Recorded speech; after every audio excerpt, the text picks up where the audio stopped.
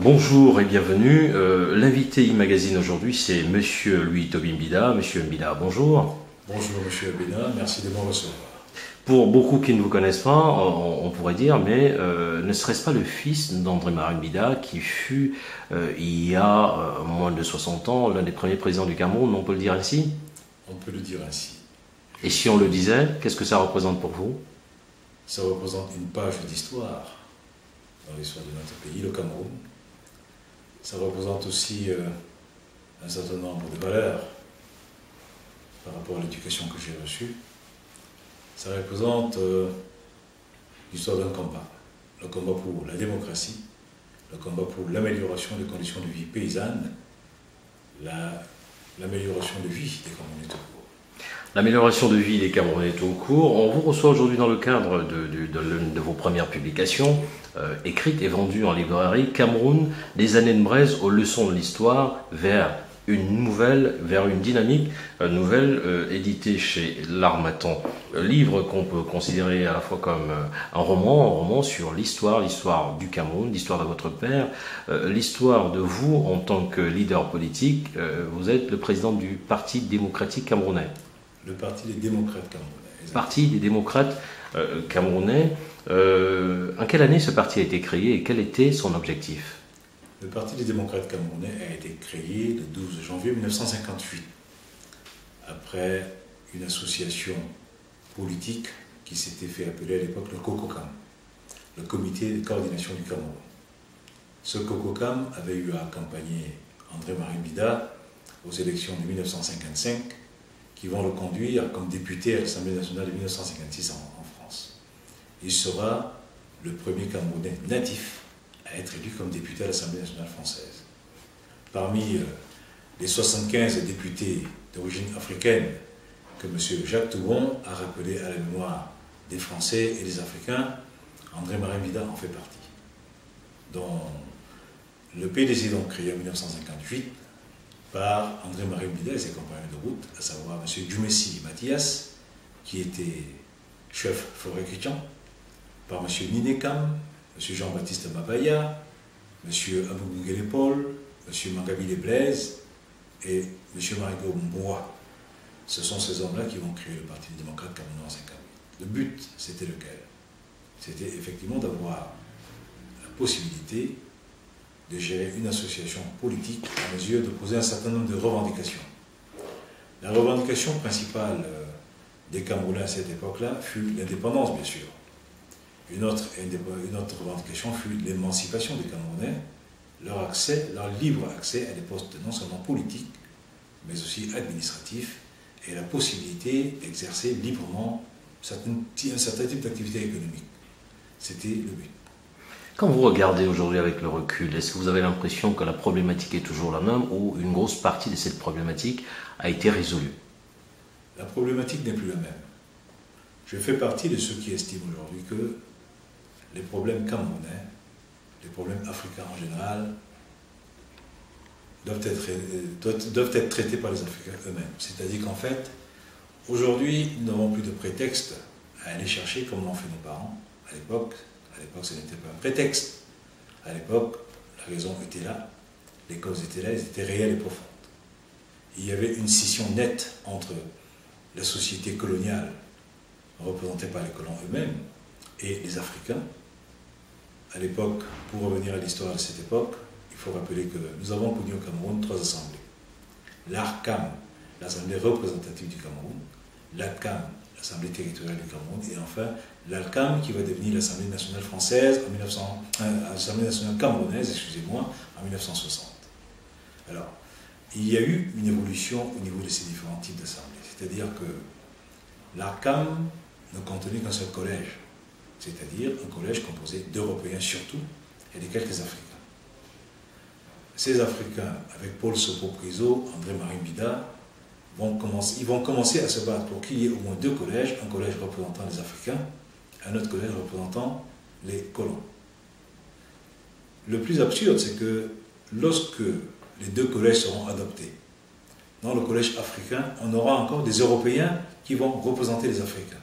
C'est le cas de Louis Paul Joula, qui était médecin français, ancien secrétaire d'État à la santé en France, ancien ministre français, et qui arrivera au Cameroun comme représentant des Africains noirs à l'Assemblée nationale française.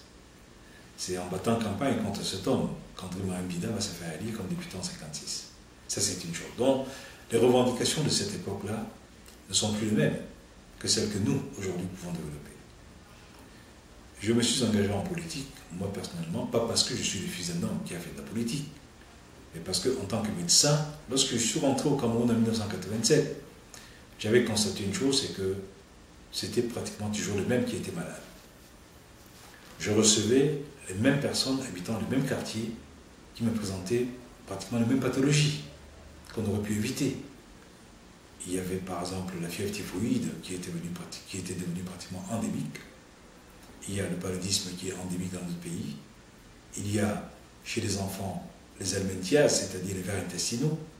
C'était toujours les mêmes pathologies, mais ce sont des pathologies qui ne sont pas obligatoires. Ce que je veux dire par là, c'est que ce n'est pas une fatalité d'avoir les vers intestinaux. Ce n'est pas une fatalité de porter la fièvre typhoïde. Le paludisme, on peut le traiter. La relation qui existait entre ces hommes et ces maladies, c'était tout simplement la misère, la pauvreté. La pauvreté se combat. La misère, on peut l'évacuer d'une société.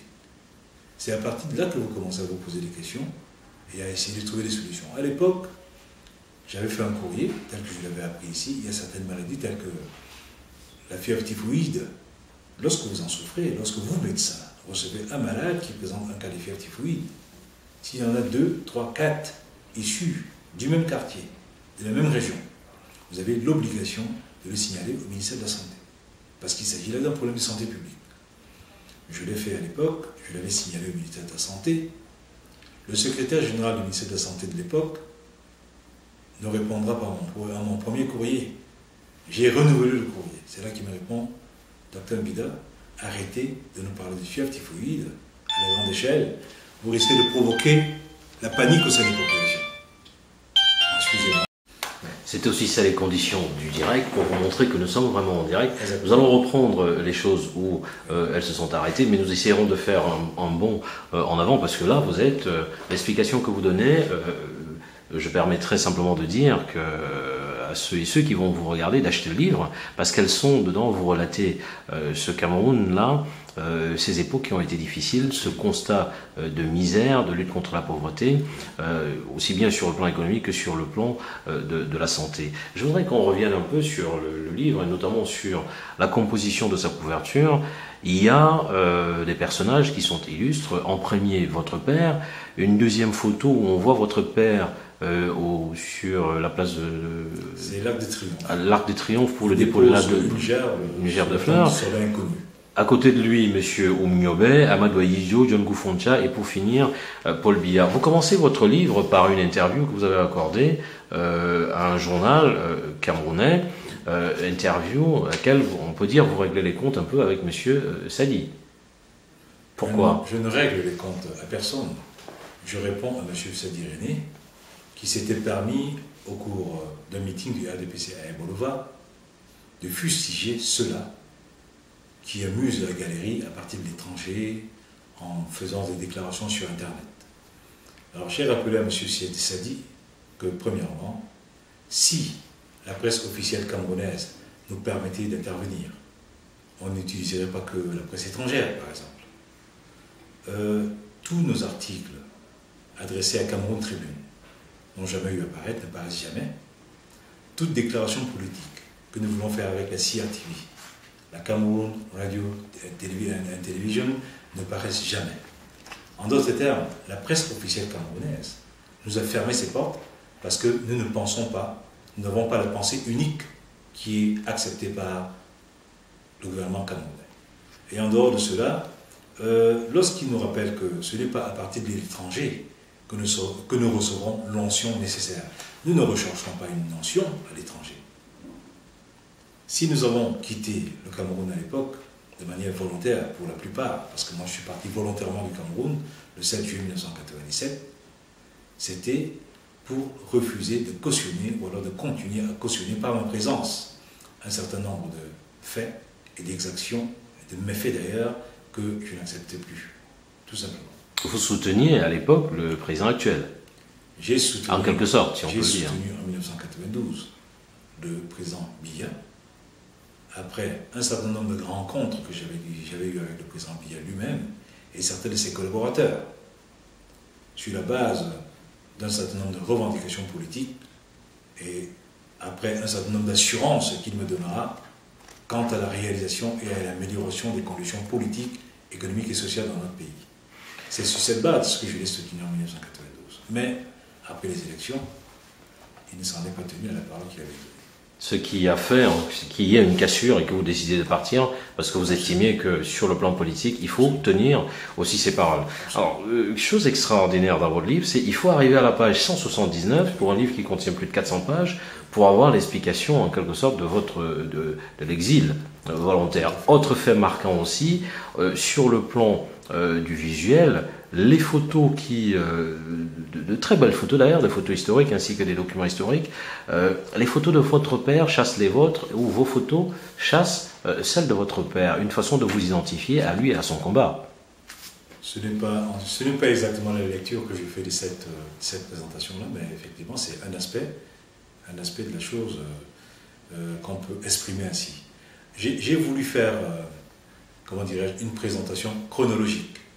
Ce livre débute en 1956, pratiquement l'année de ma naissance. Comme par hasard, l'année 1956 est aussi celle de la loi cadre. Tout à fait. Qui permettra donc au Cameroun et au Togo, qui étaient des États sous tutelle, de devenir autonomes. Et le livre s'achève autour de l'année 97, date de mon départ du Cameroun. Donc en fait, j'ai essayé de faire une sorte d'arrêt sur image en fonction de ce... Une thérapie aussi. Une thérapie aussi. Ça, il faut le reconnaître, parce qu'il y a des choses qui sont dites dans ce livre dont je n'ai jamais eu à parler avec qui que ce soit. Quelque part, on se libère quand on parle. C'est pour ça qu'on conseille aux uns aux autres de l'acheter. Il est très bien illustré et permettra aussi d'apprendre à connaître l'histoire du Cameroun pour ceux qui ne la connaissent pas, au lieu de la galvauder sur tout point de vue. Je voudrais qu'on revienne. Votre retour au Cameroun est imminent. Dans 24 heures, vous serez au Cameroun. À la fois un retour aux sources. Ce n'est pas le retour de l'enfant prodige, mais c'est une nouvelle page de l'écriture politique que vous voulez faire, à la fois dans le cadre de votre parti, sur le plan personnel et sur le plan du Cameroun. Ça veut dire que vous allez vous investir à 200% cette fois-ci, aussi bien sur le plan politique que sur le plan de la santé, vous qui êtes médecin. Effectivement, je pense que mon retour cette fois-ci au Cameroun s'inscrit dans le cadre d'une revendication non seulement personnelle, mais globale, en rapport avec ceux de ma génération. Je suis un enfant né vers la fin des années 50, début des années 60.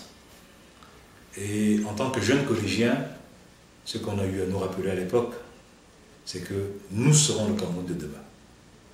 On a eu à nous le rappeler, à nous le seriner.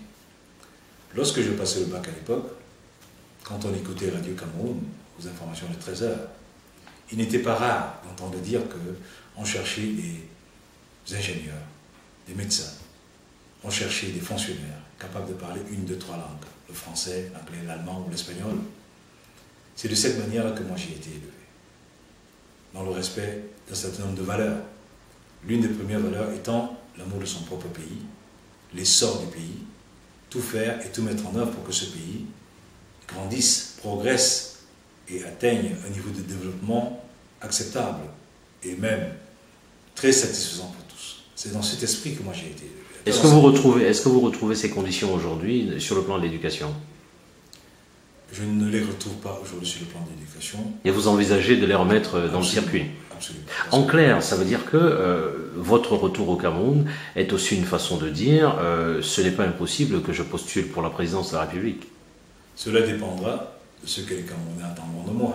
Qu'attendent les militants de votre parti que vous postuliez? Ils attendent que je postule. Donc vous allez satisfaire leurs attentes. Je ne suis pas sûr qu'avec les seuls militants de mon parti, je puisse atteindre cet objectif-là. L'objectif ne peut être atteint qu'avec l'adhésion collective. L'adhésion collective, c'est-à-dire qu'il faudra que je m'adresse aux Camerounais en général. Est-ce que vous avez peur de retourner au Cameroun? Je n'ai pas peur de retourner au Cameroun. Quelles sont les menaces qui planent quand on sait que dernièrement l'un de vos biens a été saccagé? Vous savez, ça c'est de la diversion. Je n'ai jamais été un homme d'argent. Je ne me suis jamais intéressé à la matière en tant que telle. Êtes-vous un homme de réseau? Nous le sommes tous, plus ou moins. Quel est le réseau qui vous soutient? Je ne peux pas vous le dire. Mais il y en a un quand même. Ce n'est pas impossible. Quand vous regardez les choses actuelles au Cameroun, est-ce que vous vous dites j'ai les chances de devenir le prochain président de la République? Absolument. Vous ambitionnez donc de le devenir. Vous y pensez? Quand vous vous rasez, vous y pensez? Quand je me rase, je n'y pense peut-être pas comme M. Sarkozy, mais je suis convaincu que si aujourd'hui les élections sont libres et démocratiques au Cameroun, c'est sûr et certain que l'actuel président ne sera pas le prochain. Donc vous allez vous battre sur le terrain pour que les élections soient libres et transparentes. Absolument. Vous avez déjà certainement... La communauté internationale devrait nous aider à ce niveau-là, parce que je pense qu'au seul niveau camerounais, on peut y arriver, mais si nous avons l'appui et les revendications de la communauté internationale, ça aboutira plus facilement, j'en suis certain.